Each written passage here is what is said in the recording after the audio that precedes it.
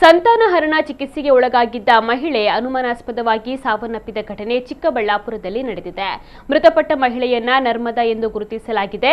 April 24ರಂದು ಆಸ್ಪತ್ರೆಯಲ್ಲಿ ವೈದ್ಯೆ ವಾಣಿರೆಡ್ಡಿ ನರ್ಮದಾ ಅವರಿಗೆ ಮಕ್ಕಳಾಗದಂತೆ tubectomy ಶಸ್ತ್ರಚಿಕಿತ್ಸೆಯನ್ನು ನಡೆಸಿದ್ದರು. ಅದಾದ ಬಳಿಕ ಕಳೆದ 14 ದಿನಗಳಿಂದ ಆಸ್ಪತ್ರೆಯಲ್ಲಿಯೇ ಚಿಕಿತ್ಸೆಯನ್ನು ನೀಡಿ 2 ದಿನಗಳ ಹಿಂದೆಯಷ್ಟೇ ಡಿಸ್ಚಾರ್ಜ್ ಮಾಡಲಾಗಿತ್ತು. ಆದರೆ ಮನೆಗೆ ಹೋದ ಬಳಿಕ ನರ್ಮದಾಗೆ ತೀವ್ರವಾದ ಬೆನ್ನು ನೋವು ಕಾಣಿಸಿಕೊಂಡಿತ್ತು.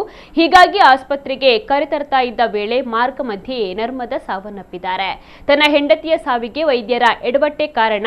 ಶಸ್ತ್ರಚಿಕಿತ್ಸೆಯ ವೇಳೆ ವೈದ್ಯೆ ವಾಣಿರೆಡ್ಡಿ ಅವರು ಕರುಳನ್ನ ಕಟ್ ಮಾಡಿದ್ದಾರೆ ಎಂದು ಪತಿ ಆಸ್ಪತ್ರೆ ಎದುರು ಮೃತದೇಹವನ್ನ ಇಟ್ಟು ಆಕ್ರೋಶವನ್ನ ಹೊರಹಾಕಿದ್ದಾರೆ. ಈ ಕುರಿತು ಠಾಣೆಯಲ್ಲಿ ದೂರನ್ನು ನೀಡಲಾಗಿದೆ.